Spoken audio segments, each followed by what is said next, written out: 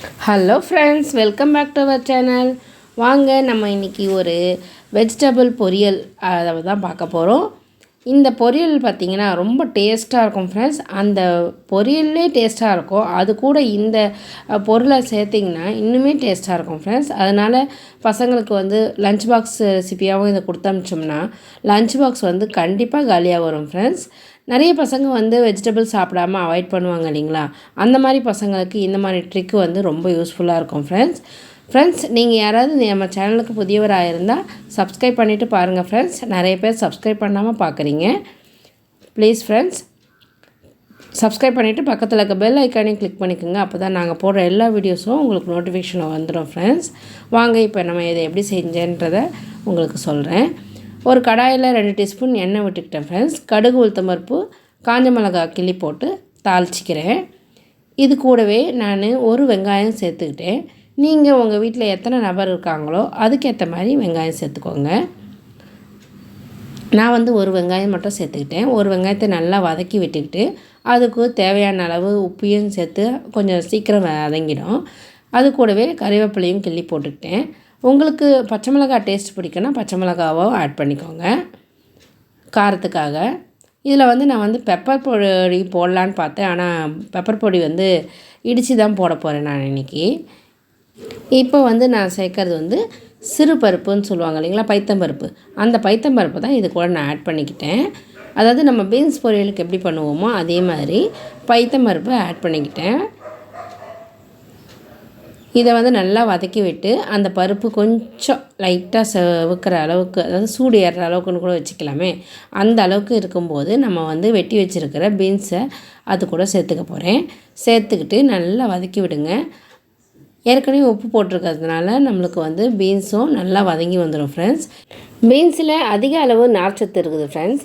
இந்த நார்ச்சத்தானது நம்ம உடம்புல இருக்கிற கெட்ட கொழுப்புகளை கரைக்கிறதுக்கு உதவுது ஃப்ரெண்ட்ஸ். அதே மாதிரி செரிமான பிரச்சனை உள்ளவர்களுக்கு மலச்சிக்கல் பிரச்சனையிலேருந்து விடுபடுறதுக்கும் இந்த பீன்ஸ் வந்து ரொம்ப ஹெல்ப் பண்ணுது ஃப்ரெண்ட்ஸ்.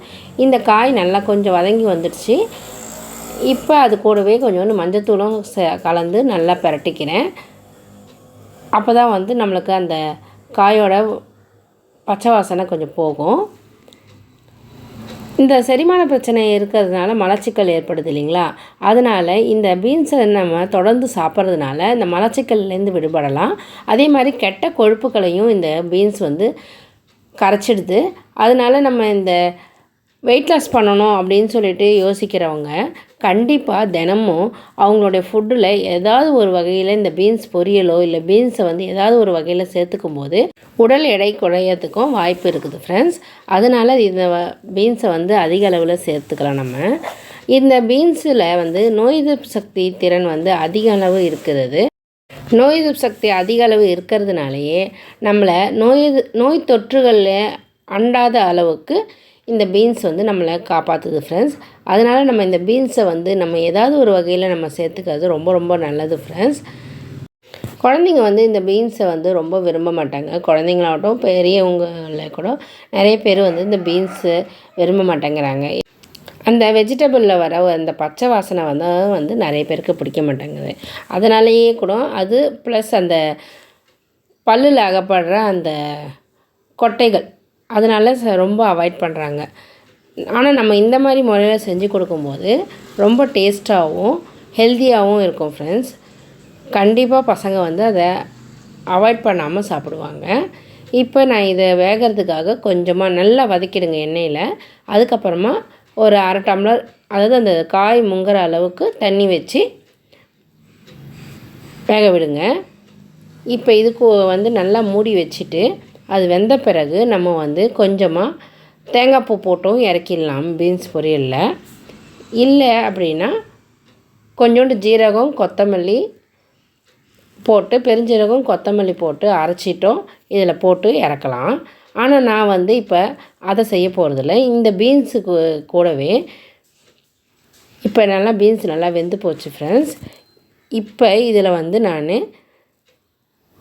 முட்டையை ஆட் பண்ணிக்க போகிறேன்.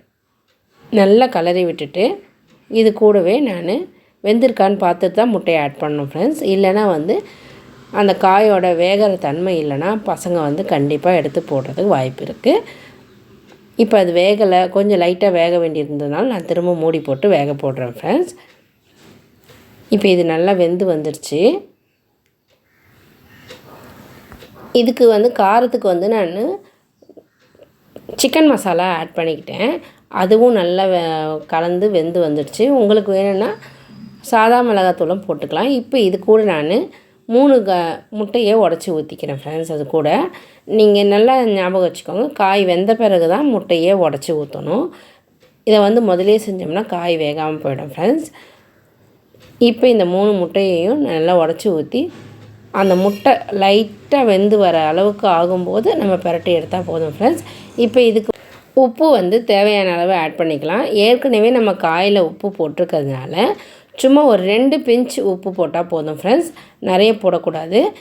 இதுக்கு மிளகு வந்து இடித்து போட்டுக்கிட்டேன் ஃப்ரெண்ட்ஸ். ஏன்னா நைஸாக அரைச்ச மிளகு போட்டோம்னா நம்மளுக்கு காரம் வந்து தூக்கி கொடுக்கும்.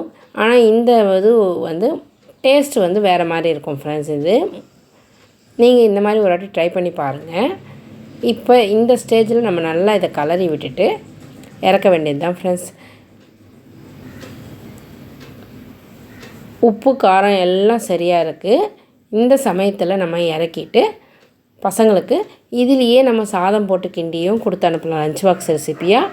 இல்லை அப்படின்னா சாம்பார் சாதம், ஒரு குழம்பு சாதம், இதுக்கெல்லாம் வந்து இது ரொம்ப ரொம்ப டேஸ்ட்டாக இருக்கும் ஃப்ரெண்ட்ஸ். இந்த பொரியல் இந்த மாதிரி ஒரு வாட்டி ட்ரை பண்ணி பாருங்கள். பசங்க கண்டிப்பாக வந்து இதை அவாய்ட் பண்ணாமல் சாப்பிட்டு வருவாங்க ஃப்ரெண்ட்ஸ்.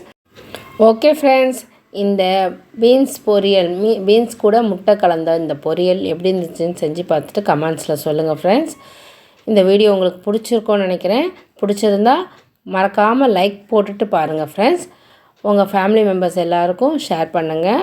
மறக்காமல் சப்ஸ்கிரைப் பண்ணிவிட்டு பக்கத்தில் இருக்க பெல் ஐக்கானையும் கிளிக் பண்ணிவிட்டு பாருங்கள் ஃப்ரெண்ட்ஸ். அப்போ தான் நாங்கள் போடுற எல்லா வீடியோஸும் உங்களுக்கு நோட்டிஃபிகேஷனில் வரும் ஃப்ரெண்ட்ஸ். உணவே மருந்து அதை நீ விரும்பு.